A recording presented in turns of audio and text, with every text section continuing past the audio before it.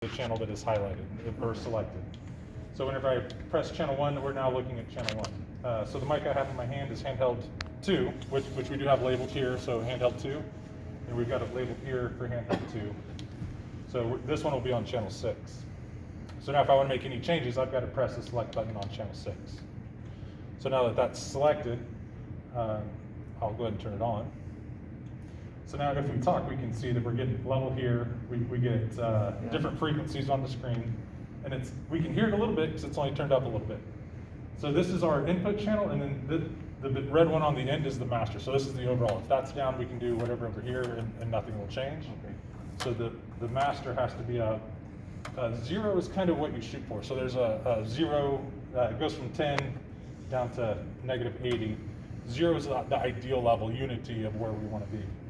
So if we bring the master up to unity, we can start bringing up the channel that we're on, and we can hear what's being said.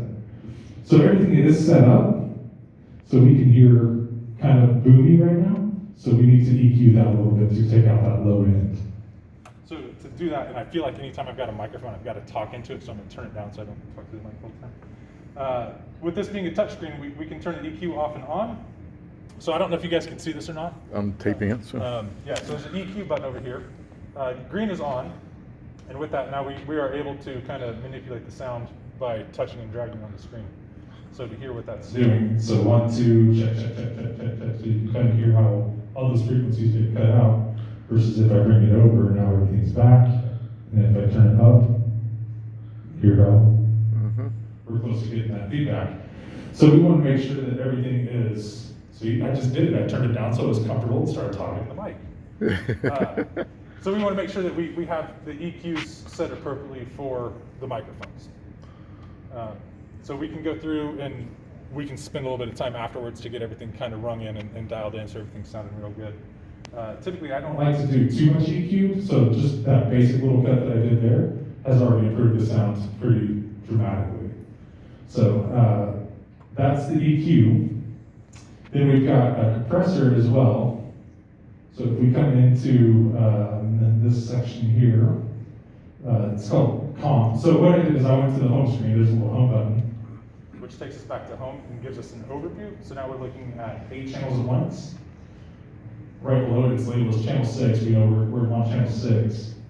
And I went into the compressor. So what a compressor does is just what it sounds like. Once sound gets so high, it's going to compress it and keep it from getting louder. So once you reach a certain threshold, you're going to compress it and keep it from going above that. So if you've got a vocalist who is very loud, that's where compression is going to come in. You're going to keep that mic from going into clip. So that's what compression is. You mean like when Jennifer and I talk? Yeah. Yeah. So if you've got somebody who talks like this, and then you get somebody who's very loud and has proper mic control, a compressor will allow that to turn on. I hit the wrong button. So hit the COMP, turns it green, so comp. So then we can adjust the threshold for that. So now, as I'm talking, you can hear I'm squashing it down. So you're going to check, kind of hear how it cuts it out at the high end. So then we can cut it even more. Check. Versus if I turn that threshold up, 1, 2, check. Hear how it compresses it down. That's a very exaggerated view of what a compressor will do. So going very, very, very high overview right now. So that's the compressor. So all of these channels have this capability. If we go back to home, we can get into different effects. I don't know if you guys will use the effects or not. Probably not a routine thing, Maybe but for there's a Christmas or something. possibility if So we're you doing- have, just like putting pedals on. Say that again? Like putting pedals on. Exactly, yeah. Yeah. Reverb, chorus, yeah, you got all this. Okay, I got that. Back- Yeah, Background. exactly. That's all built into the board. So you've got a Cool. library of effects built into the board. Yeah. So if you've got a vocalist and you want to add a little delay and echo to that, you can. So then there's effects here. Actually, this is already on a reverb, so you can adjust the reverb time as well as the delay. So there's a lot that we can kind of grow into, I think, that we don't have to implement immediately. Can also make you sound a lot better. Yeah, for Better Auto than you are. tune. Better than you are. yeah. So then all I'm doing is I'm dragging up and down to give us the whole view of what the channel's seeing. So then we've got the next section with all the yellow bars. That's the output routing. So we'll go over that in a little bit more detail, but we can tell what channel where to go. So we've got all these aux outputs over here, which is how we're distributing the audio to the overflow to the fellowship hall as well as to the ALS. So we'll kind of jump back to that here in a little bit. And then we've got the stereo subwoofer, then recall safes. So what recall safes are is you can save scenes. It's a digital board. This is really a computer. So if you're doing a recall, you can put it into safe mode, which means it won't be recalled, or you can leave it off, which will allow it to be recalled. So it's kind of backwards from what you're used to. So stepping back to the digital side of it, up here in the top left, these are the different scenes. So I saved a scene on scene 10, on scene 10. So as we make changes, we can store it or recall it. So if you've got, say your typical service versus a funeral setting, we could have a scene for funerals, we could have a scene for weddings, and a scene for Sunday. So we can go through and build those and recall them. So it's all touch screen, so if we wanted to come in and load the A10, which is where I put the general one, we can hit recall. You can Oh, see- it moves the bars automatically. Yep. Holy So cow. it will remember everything for you. Wow. So as you save it, so once we get everything set, all of our EQs and everything, we'll save it off before we're done today.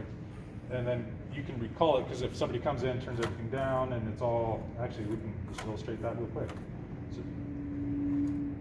So then we can do a recall, and it all jumps back to where it was. Nice. So now that we've any questions at this point? Yeah, where's the on and off button? Oh, there's a switch on the back. Okay, Yeah. do we want to turn it off Yeah. at the end of like the service? Like, does it need the time to warm up, or does it stay on? There's a little boot time. You want so on power up, you'll turn the board on first, and then the rack. When you power down, you'll turn off the rack and then the board. Because the amp. First, second. Correct. How does that affect the output to your streaming? Is Well, it automatic that we're not gonna have to adjust any of the streaming stuff by messing with the? There's an output to the computer from the soundboard. Okay. Yeah.